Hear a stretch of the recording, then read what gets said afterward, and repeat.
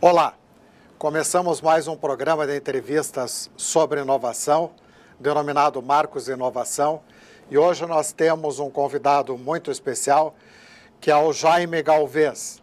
Ele é engenheiro mecatrônico, mas eu gosto de falar que ele é muito mais um inventor do que um engenheiro mecatrônico. E hoje nós vamos falar sobre robótica na indústria. Jaime, seja bem-vindo. O que é a robótica na indústria? Obrigado, Marcos, pelo seu convite no programa Marco Inovação. É um prazer estar falando com você. E hoje nós vamos falar um pouquinho sobre a robótica na indústria brasileira. Vamos focar onde é a minha área de atuação, né?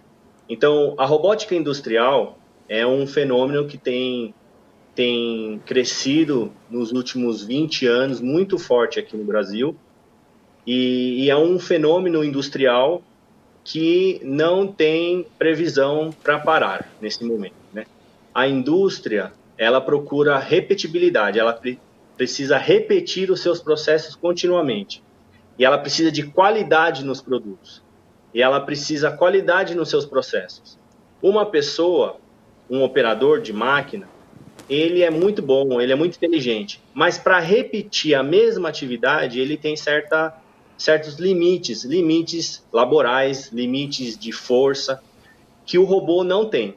Então, a robótica industrial, ela é uma ferramenta para as indústrias, para que aumentem a sua capacidade com maior repetibilidade, maior qualidade. Aumentando a qualidade dos processos, ela consegue fazer um preço melhor para o cliente final e economizando muito dinheiro na questão da indústria, né? Então, um robô industrial hoje, diferente do que as pessoas imaginam, não é um robô humanoide, não é uma pessoa humanoide, é um braço mecânico, normalmente com 6 graus de liberdade, e esse robô, ele pode carregar cargas de 1 quilo até 2.500 quilos. E existem vários tipos de robôs que nós temos implementados, por exemplo, aqui no Brasil, nas fábricas, aqui no Brasil. Nós temos robôs de manipulação, que seria o robô que pega uma pecinha e põe em outro lugar. Pega uma pecinha, sai uma peça de um torno, ele vai e coloca no indexador. Nós temos os robôs de pintura, são os robôs que fazem as pinturas dos carros, dos caminhões. Nós temos robôs de solda, que fazem a solda MIG, MAG, conforme a padronização for necessária. E nós temos também os robôs de paletização. São os robôs que, por exemplo, paletizam os refrigerantes que você bebe na sua casa. Então, no final da linha, esses refrigerantes precisam ser embalados e transportados. Quem que embala, quem que coloca isso num pallet? É um robô. É um robô. E, por exemplo, as maiores indústrias de bebidas no Brasil, elas utilizam robô. As maiores montadoras de carros no Brasil, se não todas, utilizam robô. Então, o cenário da robótica na indústria, ela é muito grande, é muito forte, mas não é muito conhecido pelas pessoas do cotidiano. Não é uma coisa que aparece muito na televisão, mas é uma coisa muito forte e é uma indústria que investe e emprega milhares de pessoas e com altos valores financeiros envolvidos. Só um cenário geral aí para você sobre a indústria, a robótica na indústria. Jaime, você pode nos contar sobre alguns cases em que você tenha participado nessa área de robótica industrial? Sim, eu posso falar um pouquinho sobre a minha experiência. Eu já trabalhei, por exemplo, na Volkswagen aqui nas fábricas, nas 3 fábricas aqui do Brasil. Eu já trabalhei na Volkswagen México. Eu já trabalhei na Tesla, na fábrica deles de Reno, lá em Nevada, na fábrica de baterias deles. E trabalhei bastante na General Motors, nas fábricas São Caetano, São José, Gravataí, Rosário, na Argentina. Inclusive, trabalhei na fábrica da Volkswagen em Wolfsburg, na Alemanha. Tudo isso com desenvolvimento de padronizações e equipamentos robóticos, né? Então, é uma indústria muito grande, sem contar que eu já prestei serviços em todo o Brasil, em toda a América Latina, nessa área, nas mais diferentes aplicações. Então, eu trabalho nessa área já há uns 20 anos já, e para mim é uma satisfação. Eu gosto muito do que eu faço. Eu acho muito dinâmico, cada dia é um problema diferente. Requer muito conhecimento, muita experiência, muita precisão. Por exemplo, um robô ele pode matar uma pessoa brincando. É uma coisa muito séria, né? O robô pode cortar uma pessoa. O robô não tem sentimento, não tem vida, não é inteligente. O robô é um equipamento burro. Se o robô chocar, bater ou causar um acidente, a culpa é de quem programou o robô, que é uma pessoa. Então, é uma responsabilidade também a questão da robótica. Então, já passei em várias indústrias e conheço muitas pessoas. Talvez alguma pessoa vendo o vídeo aí vai me conhecer, pode mandar mensagem, eu sempre estou conversando, gosto muito desse meio. Então, acho que dessa pergunta, acho que aí está suficiente. Jaime, falam por aí que a robótica retira profissionais do mercado de trabalho. Isso é verdade ou não? Isso tem dois lados. Isso é uma pergunta muito natural que as pessoas fazem e chegam à conclusão, né? Por exemplo, a pessoa vê o robô na televisão e fala, aí, tá vendo? Tirou o emprego da pessoa. Se você olhar friamente, isso é verdade. Mas tirou qual emprego? Tirou o emprego da pessoa que ela tinha que fazer um trabalho pesado. Ela tinha que fazer o trabalho repetitivo. Ou seja, não sei se vocês já tiveram a oportunidade de, por exemplo, um operador de máquina. Um operador assim, operador mesmo, que qual o papel dele?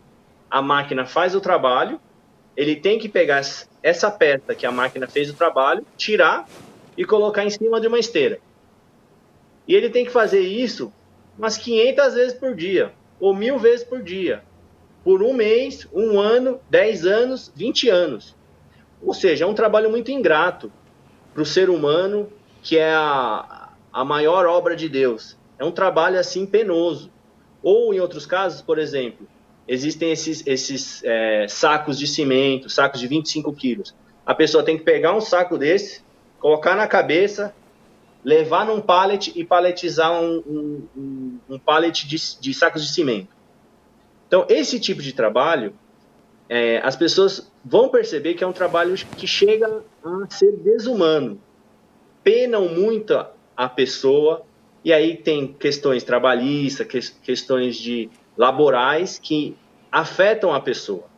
Então, o robô ele não pode tirar, por exemplo, o trabalho de uma pessoa que precisa pensar, que precisa analisar. O robô não tem essa capacidade. O robô industrial que a gente está trabalhando no momento, que a gente está discutindo, ele não tem essa capacidade de analisar, ponderar, decidir. Então, esse tipo de pessoa ele está salvo, porque o robô nunca vai chegar nessa. Mas o trabalho que é repetitivo, penoso, o robô, sim, ele vai alcançar essas pessoas, forçando essas pessoas a terem uma melhor qualificação, tendo uma melhor qualificação, um melhor salário e ter uma melhor condição de vida. Então, é uma coisa,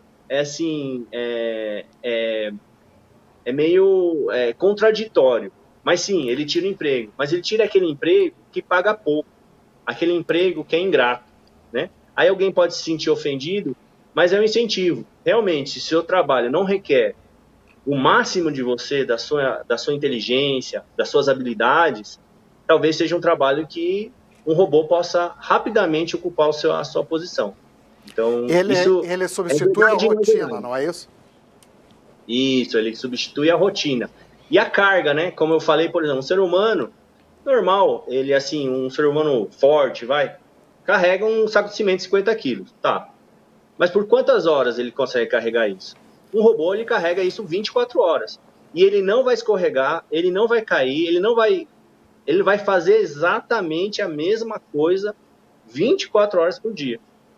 Sendo uma pessoa, a gente já precisaria de, no mínimo, aí 4 pessoas para fazer esse mesmo trabalho, né? Então, existe essa conta que se faz, porque o robô é um investimento, ele precisa se pagar. mas em muito pouco tempo o robô se paga, e não é à toa que as indústrias, agora, inclusive indústrias de pequeno porte, eles têm optado pela questão da robótica, né? Existe um estudo aqui da nossa própria empresa que a questão da pandemia vai acelerar os processos de automação em robótica. Por quê?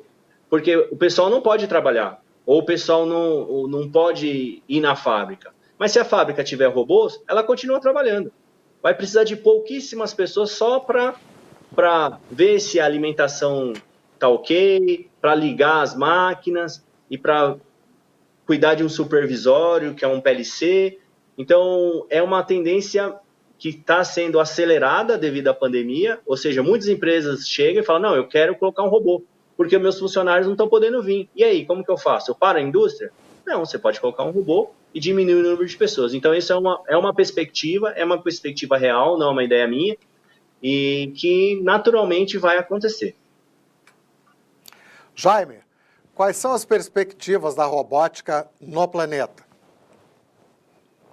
Então, as perspectivas da robótica no planeta, até existe um estudo que no Japão, vamos começar nos Estados Unidos. Nos Estados Unidos, eles dizem que tem a cada uma pessoa, a cada um robô, você tem 4 pessoas, a estatística média, tá? Um robô para cada 4 pessoas. No Japão, essa história já inverteu. Existem 4 robôs para cada pessoa. E no Brasil nem se fala, tem muito mais gente do que robô, né?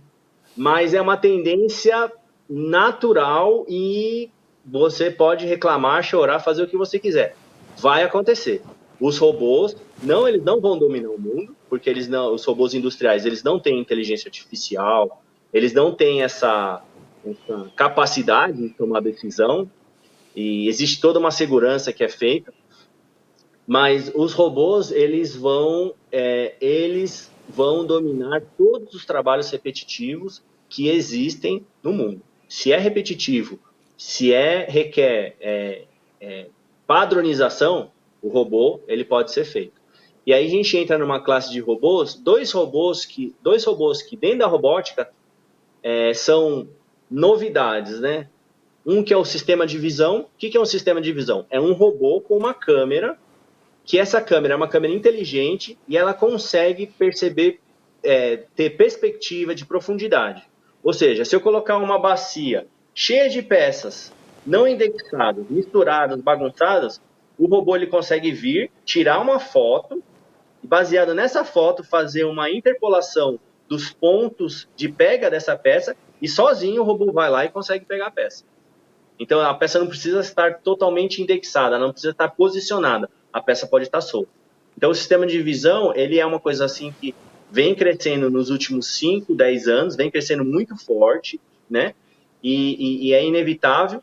E uma coisa mais nova que está sendo discutida bastante, até mesmo com questão ética e tudo mais, são os robôs colaborativos, que são robôs industriais que trabalham ao lado de pessoas físicas, pessoas normais. Mas o que acontece? Esse robô, ao simples toque de uma pessoa, ele para.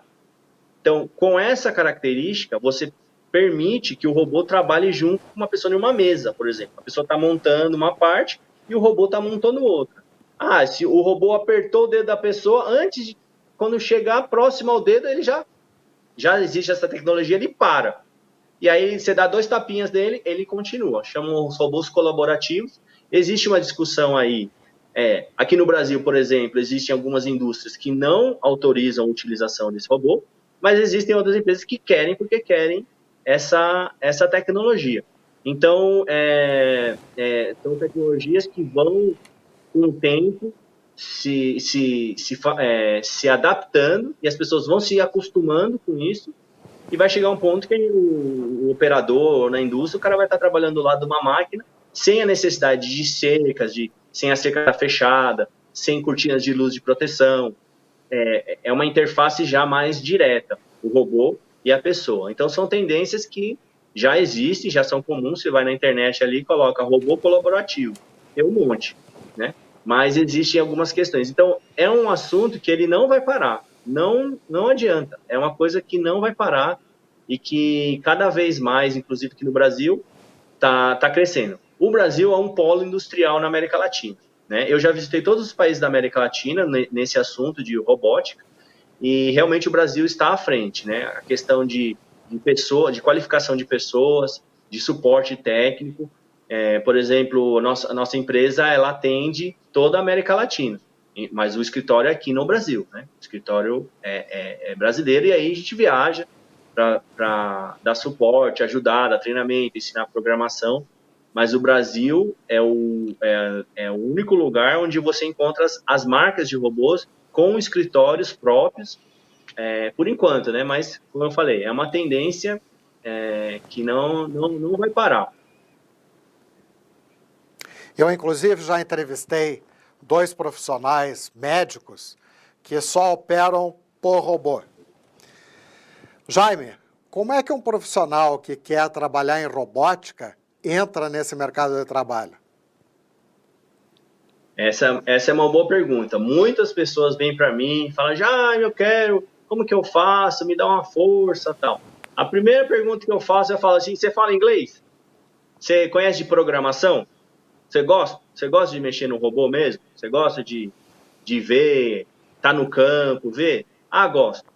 Então, você precisa ter uma formação técnica, né? Como você comentou no início, eu tenho a formação de mecatrônica, né, engenharia mecatrônica, e o próprio curso de mecatrônica, ele é limitado, né, comparado com as tecnologias que a gente vive. Até uma situação engraçada, eu me formei já faz uns mais de 10 anos aí, né? Eu lembro que a gente tinha matéria robótica, né? E o professor pegava, e eu já trabalhava na área já há 10 anos já. E o professor pegava a minha prova e falava assim, ó, a prova do Jaime é o gabarito, pessoal, pode ver aí. Porque a própria escola, os próprios profissionais, eles não estão ainda no Rio. Mas a formação técnica, ela é muito importante. Se a pessoa não tem a formação técnica, o primeiro passo é ter a formação técnica, entender de circuitos, entender de eletrônica, entender de mecânica, pneumática, ter aquele conhecimento, e especialmente conhecimento de programação. Hoje em dia é muito comum a programação web, né, a programação em Python, a parte de web, mas existe realmente a programação das antigas, que é a Assembly, que o robô ele se assemelha muito a essa programação. A programação do robô que eu trabalho chama Carel, e ela é uma programação de lógica, né? E ela é complexa, sim, se você andar lá, como o C++ é. Então, se você quer ter interesse, primeiro, você precisa ter esse conhecimento técnico, ter essa base, né? Todo o material de robótica no mundo, ele é fornecido ou em inglês ou em japonês. Aí você escolhe qual língua que você prefere, né? Mas o material tá nessas 2 línguas, né? Não tem outra. E especialmente você ser uma pessoa que tenha contatos, né? Ter contatos, por exemplo, eu conheci essa área porque eu conheci uma pessoa que me apresentou essa empresa e eu consegui, através de contatos. Então, a questão interpessoal, mesmo nós falamos de robótica, que é uma coisa robótica, a questão das pessoas, ela é mais importante do que tudo. Porque se você não sabe um assunto, mas conhece alguém que sabe, então você já está na metade do caminho. Então, o networking aí, você conhecer as pessoas, está envolvido em programas aí com o Marcos de Inovação, que sempre procura pessoas diferentes para conhecer, tá por dentro desses assuntos, eu recomendo, na minha opinião, é uma questão importante, e aí pode fazer as conexões, porque no final todos nós somos seres humanos, somos iguais, temos a mesma, não a mesma condição financeira, mas temos a mesma capacidade mental, a capacidade intelectual, podemos nos esforçar e tudo é possível. Tudo é possível. Se você tem o desejo, corre atrás que você vai conseguir, sem dúvida nenhuma. Porque mercado tem. Eu tenho problema às vezes o cliente fala, você conhece alguém que faz isso? Aqui fala, não conheço, não sei. Alguém que mexe em PLC? Não sei não. Todo mundo que eu conheço, está todo mundo trabalhando. Inclusive nessa época de pandemia. O trabalho não para.